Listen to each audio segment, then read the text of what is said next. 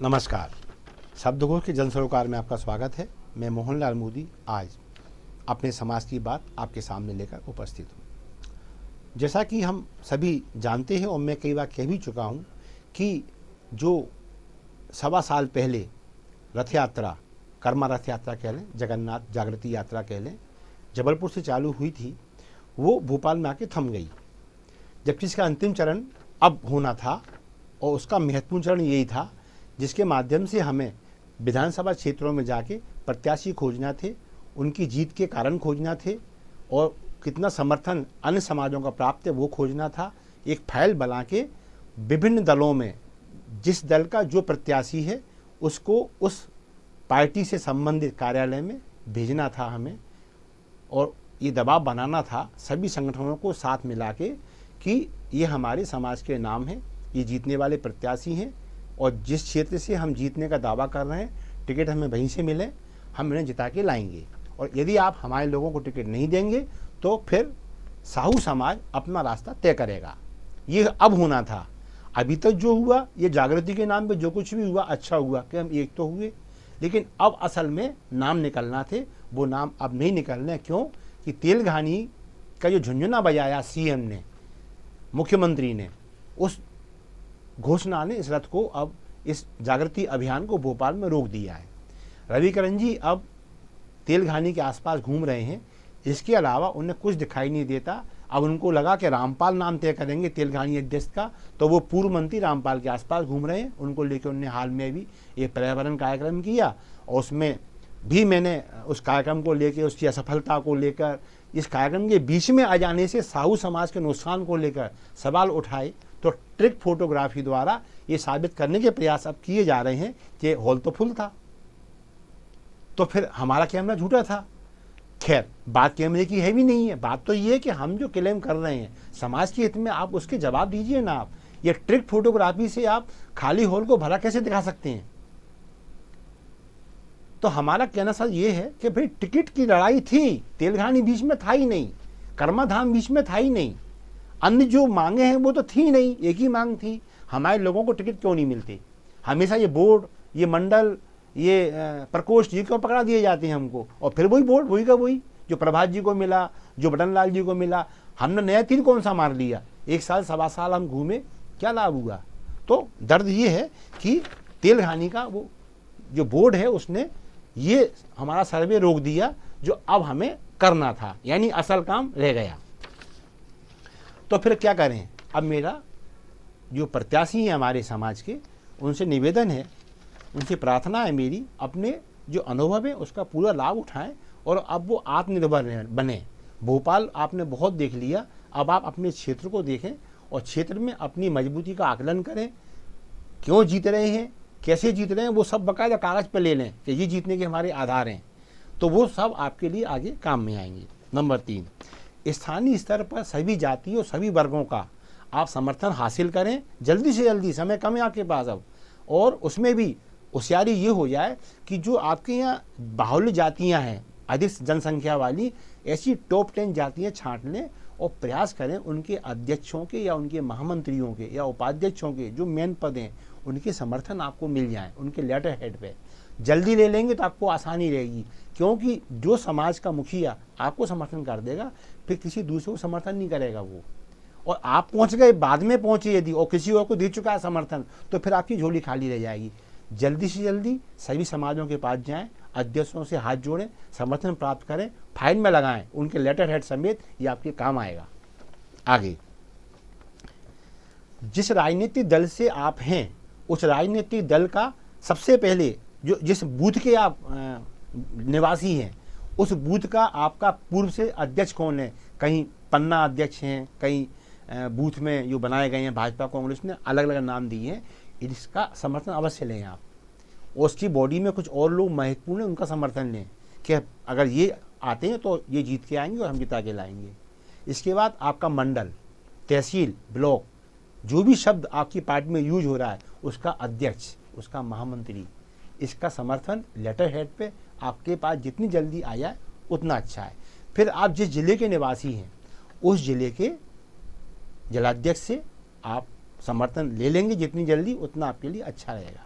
फिर रहता है भाजपा में एक पद और होता है जिले में संगठन मंत्री का, ये अध्यक्ष से ज़्यादा महत्वपूर्ण होता है। तो भाजपा के लोग संगठन मंत्री का पत्र अवश्य प्राप्त करें, ये उनकी टिकट प्राप्ति में विशेष सहायक बनेगा। इसके अलावा पार्टी प्रदेश से कोई प्रभारियों को जिले में भेजती है। यदि आपके जिले में, आपके विधानसभा क्षेत्र में कोई व्यक्ति प्रभारी बन के आपकी पार्टी का आया है तो उससे समर्थन अवश्य प्राप्त कर ले, फाइल में लगा ले, ये आपके लिए टिकट प्राप्ति के समय काम आएगा। दूसरी बात, अब इधर क्या करें हम समाज में, तो समाज में मैं किसी नेता का विरोधी नहीं हूँ। आप अपने नेता छांट लें। आप तेलुगु महासभा से जुड़े हैं, आरटीएम से, एसएम से जुड़े हैं, या आप वैश्य महासभा से जुड़े हैं, जिससे भी जुड़े हैं, राठौर महासभा से जुड़े हैं, साहू राठौर से जुड़े हैं, आप उसमें ऐसे नेता को चुने लेकिन कौन सा नेता जो स्वयं टिकट का दावेदार ना हो, जो स्वयं कोई बोर्ड का दावेदार ना हो, क्योंकि जो खुद का दावा करेगा वो आपका टिकट नहीं मांग पाएगा। इसलिए आप सिर्फ उसी व्यक्ति के हाथाजोड़ी करें जो व्यक्ति स्वयं महत्वाकांक्षी ना हो, वो आपके लिए काम करे, समाज के लिए काम करे, तो वो आपकी बात वहाँ कर पाएगा और फिर लड़ भी पाएगा। क्यों? उसकी अपेक्षाएं पार्टी से नहीं है, इसलिए ऐसा आदमी आपके लिए अकड़ भी लेगा, लड़ भी लेगा। ऐसे व्यक्ति को आप अभी से छांट के रखें जो आपकी मध्यस्थता कर पाए ना। दूसरी बात, सामाजिक स्तर पर सभी प्रत्याशी, यदि एक विधानसभा क्षेत्र में एक से अधिक सजातीय प्रत्याशी हैं, आपस में बैठ लें और ये तय कर लें कि जिसका नाम राजनीतिक दल के स्तर पर पहले घोषित हो जाएगा, बाकी हम सब पीछे हट जाएंगे और हम पहले जो घोषित हो गया उसके लिए काम करेंगे। उससे फ़ायदा आपको ये होगा कि जीतने की संभावनाएं बढ़ेंगी, और जीतने के बाद जब ये तय हो जाएगा कि साहू टिकट लेना जानता है तो जीतना भी जानता है, तो उससे इस व्यक्ति के साथ आपकी दावेदारियाँ और पुख्ता होंगी कि साहू जीतना सीख गया है। अब यदि आप एक से अधिक खड़े हो गए, एक का घोषित हो गया, देखा देखी पता पड़ा भाजपा ने घोषित किया, देखा देखी कांग्रेस ने खड़ा कर दिया, या आपने खड़ा कर दिया, या सपा बसपा का आया, अच्छा कोई निर्दलीय खड़ा हो गया, तो साहू आप में टकरा जाएंगे और वो भी हारेगा, ये भी हारेगा, और ये प्रतिपादित हो जाएगा कि हमने टिकट दिया था, आप फिर हार गए, आपको टिकट दें तो दें क्यों। तो ये परिपाटी खत्म करें, सामंजस्य बनाएं ताकि जीतनी सुनिश्चितता बढ़े, ताकि आपके आने वाली पीढ़ी ये कह पाए लड़ना भी आता है, जीतना भी आता है। अब किसी नेता की नए कार्यक्रम आएंगे, अब आपके पास ये करो, वो कार्यक्रम करो, वो, तो आपके पास अब इनके लिए समय नहीं है। अब आपका एक ही कार्यक्रम है, टिकट प्राप्त कैसे हो, सामंजस्य कैसे बैठे, विभिन्न जातियों का समर्थन आपको कैसे मिले, आप कैसे लोकप्रिय हों, और आपकी बात प्रदेश अध्यक्ष तक, प्रदेश कार्यालय तक, आपके संगठन में कैसे पहुँचे, इसमें लग जाएं। इसके अलावा कोई और काम में आप अपना मन लगाएंगे या कोई आपका लगाएगा, तो ये तय मानना वो अपना रास्ता बना रहा है आपके माध्यम से, और आपको आपके रास्ते से साइड कर रहा है, जो समाज में अभी तक होता चला आ रहा है।